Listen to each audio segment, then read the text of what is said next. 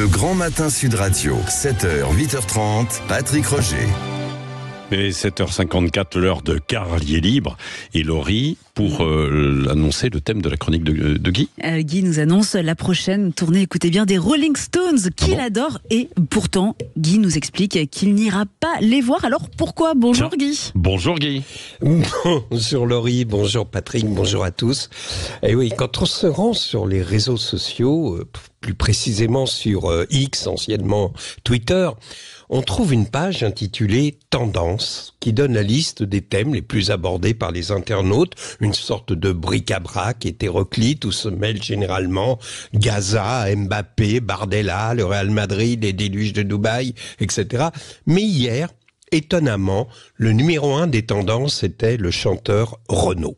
Intrigué, je suis allé voir la raison de cet engouement et je me suis aperçu que cet emballement frénétique était dû à une vidéo d'un extrait du concert de Renaud filmé il y a quelques jours à Agen. Bon, vous imaginez déjà que l'association des mots Renaud-Agen faisait ricaner les internautes, mais le reste était moins drôle. Les images et le son étaient terribles. Comment vous décrire ça ? Vous avez sans doute entendu parler du film L'affaire de Minici, interprété par Gabin, qui jouait un vieux paysan patriarche, vêtu d'une veste sans forme, d'un pantalon de velours, de charpentier, et qui marmonnait tout au long du film. Eh bien, Renaud à Agen, c'était la même chose. Un vieux monsieur titubant, vêtu comme Dominici, qui marmonnait des mots inaudibles.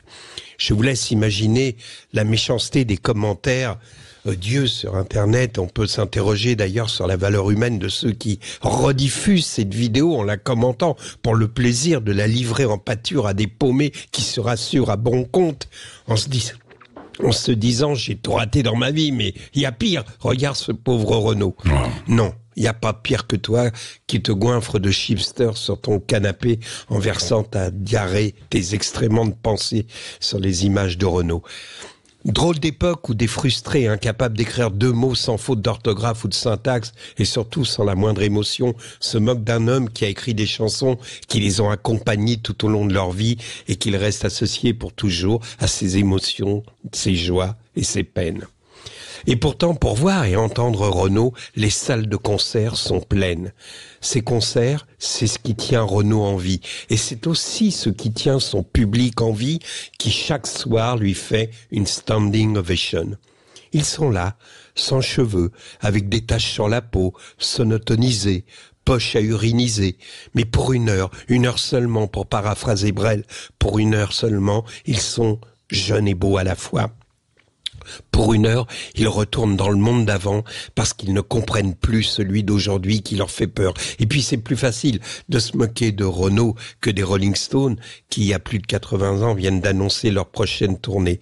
Je les ai tant aimés, mais j'irai pas les voir. J'ai pas envie de voir Mick Jagger chanter Honky Tonk Woman avec des maladies de vieux arpentant la scène avec une couche confiance sous son jean. Mais je comprends que certains aient envie de le voir pour les mêmes raisons que Renaud. Alors à toi, pauvre connard qui a trouvé irrésistible de tweeter « J'ai vu Renaud, c'est plus Renaud, c'est Dacia Sandero », j'ai l'honneur de t'offrir mon plus profond mépris. Renaud chante « Le temps est assassin », mais les réseaux sociaux le sont davantage.